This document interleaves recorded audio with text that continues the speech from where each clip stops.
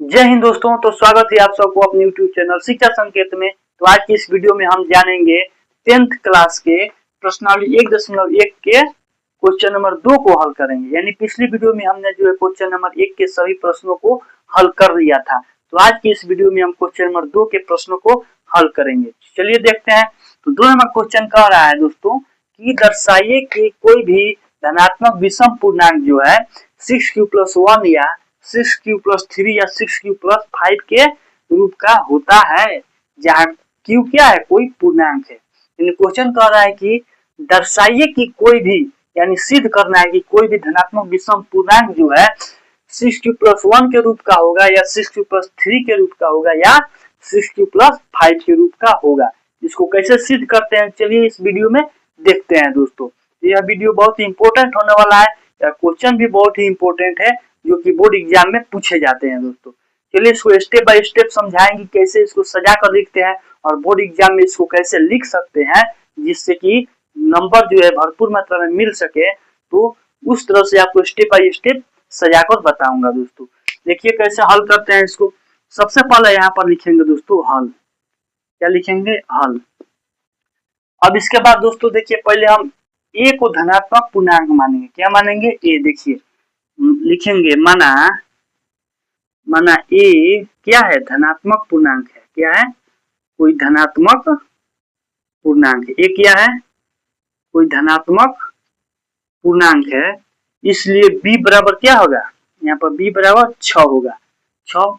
अब बी का मान 6 कैसे होगा? ये देखिए यूक्लिड का सूत्र होता है कि ए बराबर BQ+R होता है। ठीक है, ये बराबर क्या होता है? BQ+R होता है। और यहाँ पर देखिए दिया है 6q+5 दिया है। क्या दिया? 6q+5 दे दिया है, 1 भी दिया है और क्या है? 3 भी दिया है। ठीक है, तो ये 1, 3 और 5 जो है ना हमारा R का मान हो जाएगा और B का मान जो है 6 हो जाएगा। देखिए ये तीनों में क्या है? 6 है, 6 है। इसीलिए B का मान क्या हो जाएगा? 6 हो जाएगा। और A को हम धनात्मक माने हैं, यहाँ पर A लिख देंगे। A बराबर 6q+1 हो जाएगा या 3 हो जाएगा या 5 हो जाएगा। ठीक है, यहाँ पर हो जाएगा। इसलिए B की जगह पर 6 दिया है, इसलिए B का मान क्या हो गया? हमारा 6 हो गया दोस्तों। ठीक है, क्या हो गया? 6 हो गया। समझ में आ गया? अब देखिए यहाँ पर लिखेंगे यूक्लिड विभाजन एल्गोरिथम से। लिखेंगे यूक्लिड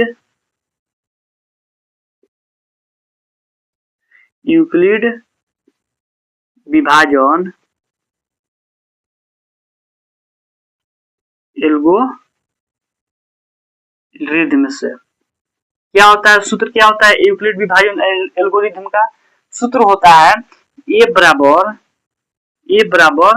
BQ+R होता है। और लिखेंगे जहां,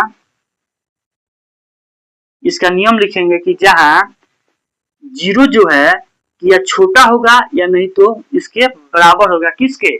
R के। यानी R से क्या होगा? छोटा होगा, नहीं तो R के बराबर होगा। ठीक है, अब देखिए R जो है हमेशा B के क्या होता है? छोटा होता है। यानी B जो है R से बड़ा होता है, हमेशा R से जो है बड़ा होता है। और B जो है हमेशा R से बड़ा होता है, R हमेशा B से छोटा होता है। ठीक है, इस नियम के हिसाब से हम जो है इसको हल करेंगे दोस्तों। ठीक है, तो अब यहाँ पर देखिए क्या लिखेंगे। लिखेंगे इसलिए A बराबर हो जाएगा 6q, यानी B का मान जो है 6 दिया है तो लिखेंगे 6q+R लिखेंगे। ठीक है, R। ठीक है, इसको समीकरण 1 मानेंगे। क्या मानेंगे? समीकरण 1। ठीक है, अब देखिए अब इस समीकरण में जो है ना हम R का मान कुछ रखेंगे। ठीक है, R का मान क्या रखेंगे? लिखेंगे माना R बराबर, R का मान कुछ मानेंगे पहले। ठीक है, लिखेंगे R बराबर, R क्या मानेंगे? 0 से कहां तक मानेंगे? देखिए यहाँ पर नियम कह रहा है जो है B जो है ना R से हमेशा क्या होता है?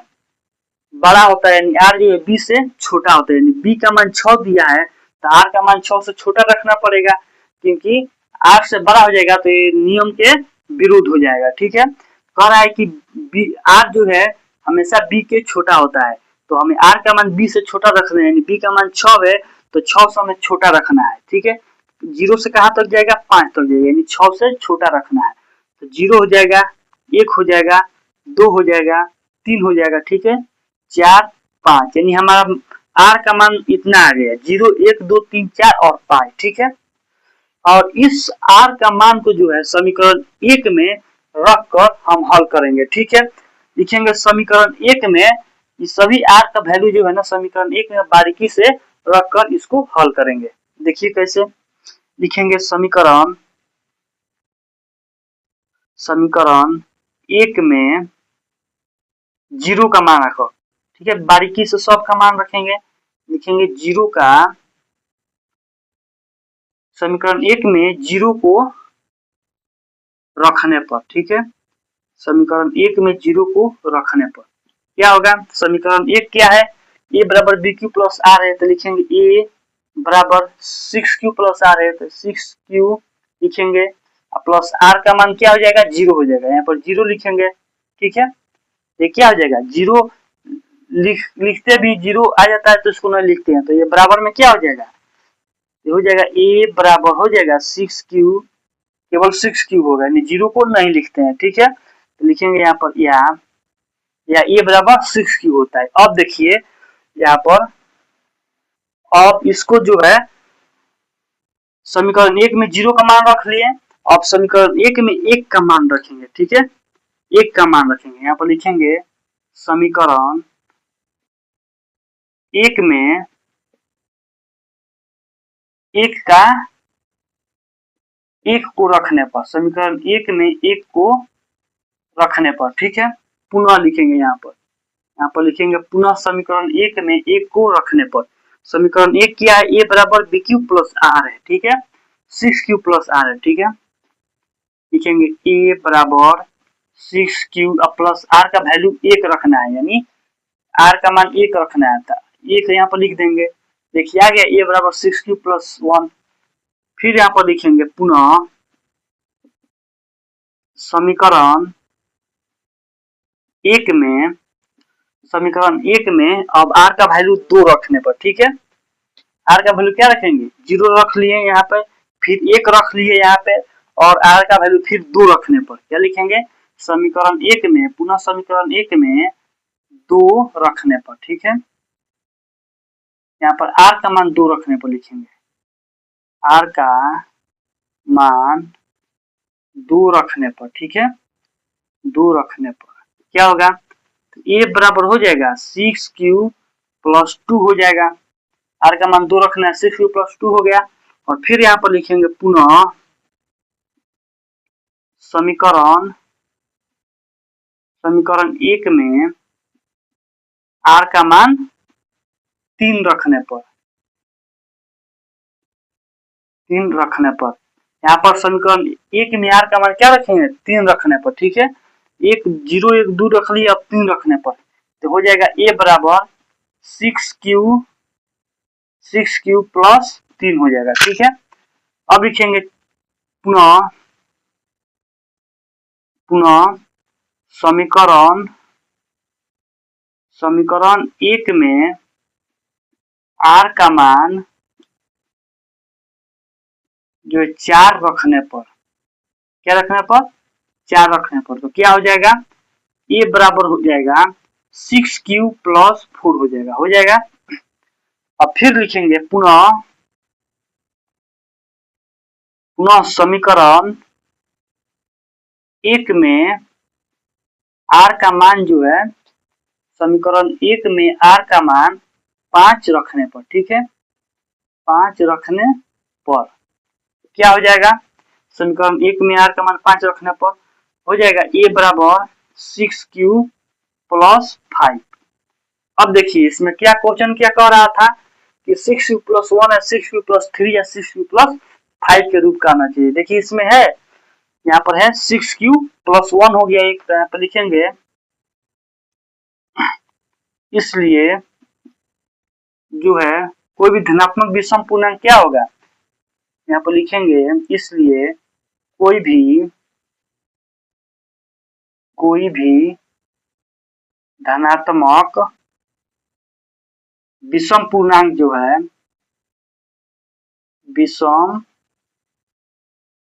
पूर्णांक जो है क्या होगा, या 6 क्यूब + 1 होगा, 6 क्यूब + 1 होगा, या 6 क्यूब + 3, 6 क्यूब + 3 होगा, या 6 क्यूब + 5 के रूप का होगा। ठीक है, क्या हो गया, प्रूव हो गया। ठीक है, देखिए यहाँ पर 6 क्यूब + 1 का रहा है और 6 क्यूब + 3 या 6 क्यूब + 5 इसमें है, 6 क्यूब + 1 भी है और 6 क्यूब + 3 भी है और 6 क्यूब + 5 यानी कोई भी जो धनात्मक विषम पूर्णांक होगा ना वो इसी रूप में आएगा। ठीक है, देखिए इसी रूप में ये हो जाएगा आपका सम विषम पूर्णांक हो जाएगा। ठीक है, ये भी सम हो जाएगा। अब इस विषम पूर्णांक की बात करें तो हमेशा इसी रूप का आएगा दोस्तों। ठीक है, 6 क्यूब + 1 या 6 क्यूब + 3 या 6 क्यूब + 5 के रूप का होगा दोस्तों। तो आई होप आप इस वीडियो को समझ गए होंगे, इस क्वेश्चन को भी समझ गए होंगे कि कैसे सिद्ध किया जाता है। ठीक है, तो मिलेंगे अगले वीडियो में, तब तक के लिए जय हिंद।